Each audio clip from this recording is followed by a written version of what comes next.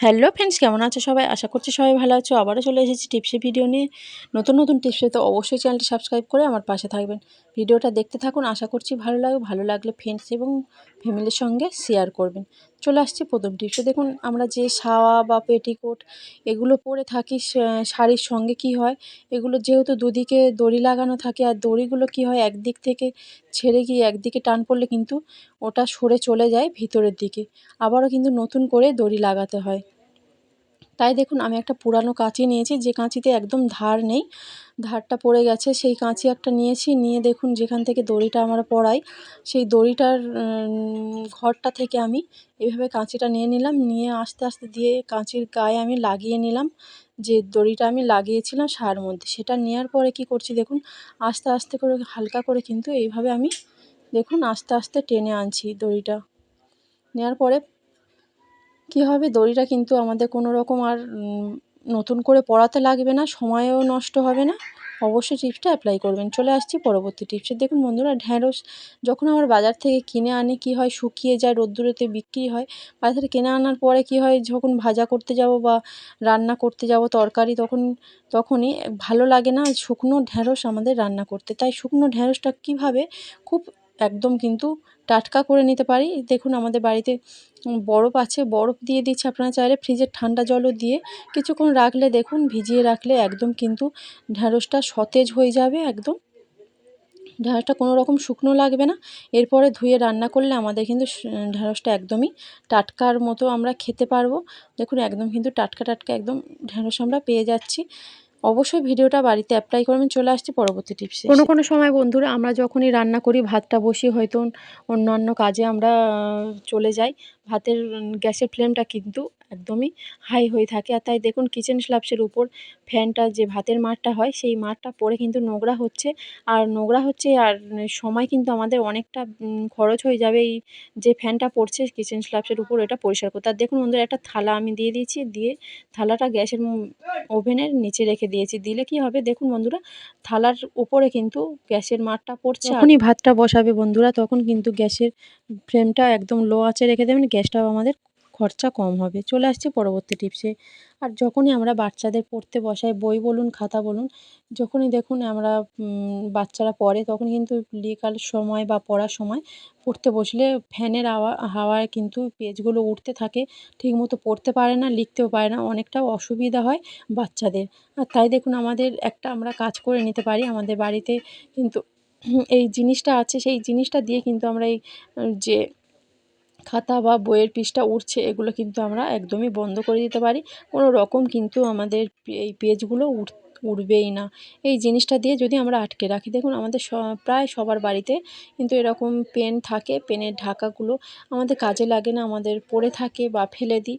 সেই পেনের ঢাকা দিয়ে যদি আমরা এই দেখুন দুটো পৃষ্ঠা দিয়ে দিলাম, আপনারা চাইলে একটা বা দুটোতে লাগিয়ে নিতে পারেন, দিলে কিন্তু কোনো রকম পৃষ্ঠা আমাদের উড়ে যাবে না। চলে আসছি পরবর্তী টিপস। দেখুন বন্ধুরা, আমি একটা প্যান্ট নিয়েছি, বাচ্চাদের প্যান্ট, বা আপনাদের বাড়িতে এরকম প্যান্ট বড়দের থাকলেও আপনারা নিতে পারেন।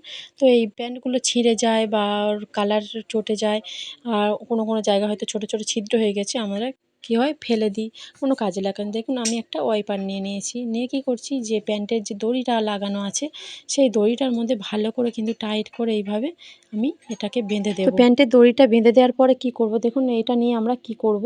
তো আমাদের মেঝে যখন আমরা পরিষ্কার করি বা মুছি, কী হয়, আমাদের অনেকেই কিন্তু হাঁটুর ব্যথা, পায়ের ব্যথা সমস্যা থাকে। তাই যদি এই রকম নিচের দিকে কোনো আলমারি বা খাট বিছানার নিচে দেখুন পরিষ্কার করতে যাই, নিচু হয়ে বসে কিন্তু হাত বাড়িয়েও পরিষ্কার করতে পারি না, অনেকটা দূরে কিন্তু এটা আমরা দিয়ে পরিষ্কার করতে পারছি, এর ভিতরে কিন্তু আমরা ঢুকতে পারি না, হাতও কিন্তু যেতে পারে না।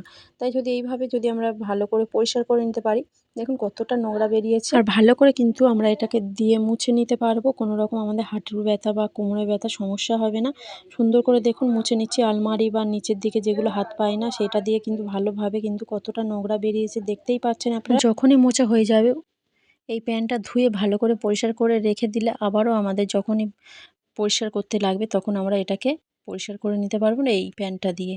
চলে আসছি পরবর্তী টিপসে। দেখুন বন্ধুরা, আমাদের সবার বাড়িতে আমরা এরকম সজনা ডাঁটা খেতে আমাদের ভালো লাগে আর কিনেও আনি। আর বেশি করে যখন কিনে আনি তখন কি হয়, যখনই বেশি করে কিনে আনি অল্প করে হয়তো রান্না করলাম আর অল্পটা কিছুটা পড়ে আছে বেঁচে আছে রেখে দিয়েছি অন্যদিন রান্না করার জন্য। তাই কি হয়, এই ডাঁটাগুলো কিন্তু শুকিয়ে যায় আর ভালো লাগে না, দড়ির মতো হয়ে যায়, খেতে ভালো লাগে না। তাই দেখুন আমি একটা সুতির ওড়না নিয়েছি, কাপড় নিয়েছি। আপনাদের বাড়িতে যদি টাওয়াল থাকে, টাওয়াল নিয়েও এইভাবে জড়িয়ে পেঁচিয়ে রেখে আমরা যদি অল্প করে জল দিয়ে এইভাবে রেখে দিই, কী হবে, এটা কিন্তু শুকোবে না, এই যে ডাঁটাটা শুকাবে না, এটা কিন্তু একদম ভালো থাকবে, অনেকদিন আমরা রেখে দিতে পারবো। চলে আসছি পরের টিপসে। দেখুন বন্ধুরা, আমাদের মিক্সচার যে জারগুলো হয়, মিক্সচার জারে রসুন পেঁয়াজ বাটার পর একটা উগ্র গন্ধ হয়, গন্ধটা বাজে, একদম ভালোই লাগে না। আর অনেক সময় কি হয়, অনেক দিন এই মিক্সচারের বাটিটা ব্যবহার করতে করতে ধারও পড়ে যায়। এটা পরিষ্কার করার জন্য আমি চা পাতা নিয়ে নিয়েছি আর একটু লবণ আমি দিয়ে দিচ্ছি চা পাতার মধ্যে, আর একটু আমি ডিটারজেন্ট পাউডার আমি দিয়ে দিলাম। দেওয়ার পরে এটা 10 সেকেন্ড আমি এটাকে ঘুরিয়ে নেব মিক্সচার মেশিনে দিয়ে। তো 10 সেকেন্ড ঘোরানোর পরে দেখুন বন্ধুরা, এইটা চা পাতা কিন্তু চা পাতার যেটা দিয়েছি তার জন্য কিন্তু উগ্র গন্ধটাও চলে যাবে। আর নুনটা দেওয়ার ফলে কি হবে, এর মধ্যে যে ধারটা ছিল না, এর জারের মধ্যে কিন্তু ধারটাও চলে আসবে। চলে আসছি পরবর্তী টিপসে। আর দেখুন বন্ধুরা, আমি একটা বটি নিয়েছি। দেখুন বটিটা একদম কিন্তু জং লেগে গেছে আর এর মধ্যে কিন্তু কোনো রকম ধারও নেই বেশি। বেশি ধার করতে আর জংটা আমরা তুলে দিতে কি করছি, আমি একটু হালকা করে লবণ নিয়ে নিলাম। নেওয়ার পরে আমি একটু দিয়ে দিলাম সস। তো আর তারপরে আমি দিয়ে দিয়েছি তেজপাতা। তেজপাতা একটা নিয়েছি, নিয়ে আমি উল্টো দিকটা করে নিয়েছি। একটু ধারালো থাকে তেজপাতার উল্টো দিকটা, দিয়ে আমি ভালো করে ঘষে নিচ্ছি কয়েক মিনিট। দেখুন কয়েক মিনিট ঘষার পরে কি হবে, আমাদের যে বটিটা ছিল বটিটার মধ্যে কিন্তু অনেকটা ধারও চলে আসবে আর কোনো রকম কিন্তু আমাদের জংটা লেগে থাকবে না। দেখুন কতটা পরিষ্কার হয়ে গেছে। আমি দুদিক কিন্তু এইভাবে পরিষ্কার করে নিয়েছি। আপনাদের সামনে কতটা পরিষ্কার হয়েছে দেখুন, জং একদম উঠে গেছে আর অনেকটা কিন্তু ধারও চলে এসেছে।